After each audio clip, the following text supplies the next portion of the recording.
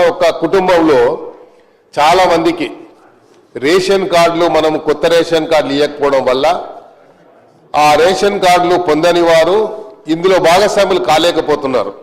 నిజంగా వాళ్ళు below poverty line కింద ఉన్నా కూడా వారికి కొత్త రేషన్ కార్డు రాకపోవడానికి కారణం మొన్ననే మంత్రి గారు ప్రకటించారు కొత్త రేషన్ కార్డులు ఇస్తున్నామని.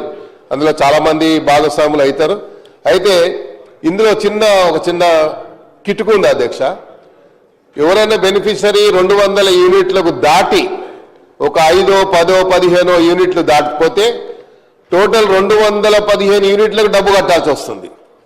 So I may request through you honourable minister sir, నేనేమంటున్నా అంటే 200 యూనిట్ దాటి 205, 10 యూనిట్ దాటంగానే 210 యూనిట్లకు డబ్బు కట్టాల్సి వస్తుంది. సో 210 యూనిట్ల కంటే ఆయనకి ఏమనిపిస్తుంది బెనిఫిషరీకి, అరే నాకు ఉచిత కరెంట్ అంటారు మొత్తం 210 యూనిట్ల కరెంట్ వచ్చింది ఏంటి అనేది ఒక ఇది ఉంది. అదేవిధంగా బయట ఒక గ్లోబల్ ప్రచారం జరుగుతూ ఉంది. వాళ్ళు ఏమంటున్నారు, అసలు ఆ గ్యారంటీలలో ఈ ఉచిత కరెంట్ వస్తేనే లేదు అంటున్నారు.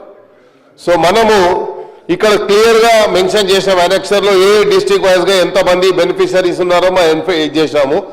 అదేవిధంగా హైదరాబాద్ రంగారెడ్డిలో కేవలం 6 లక్షలు అంటే క్యాలిక్యులేట్ చేసి చూశాను అధ్యక్ష. ఇచ్చినటువంటి ఎలక్షన్లో ఇచ్చినటువంటి స్టేట్మెంట్ ప్రకారంగా ఇంతమందే ఉన్నారని చెప్పి అంటున్నారు.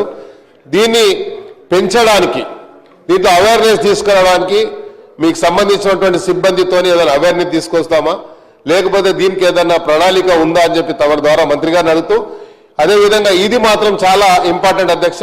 వైట్ రేషన్ కార్డ్స్ లేని వారికి, వాళ్ళు బిలో పవర్టీ లైన్లో ఉన్నవారికి ఒకవేళ వైట్ రేషన్ కార్డు ఉన్నా ఇది మాత్రం మంత్రి గారు చాలా దృష్టి కేంద్రీకరించాలి అధ్యక్ష దీని మీద.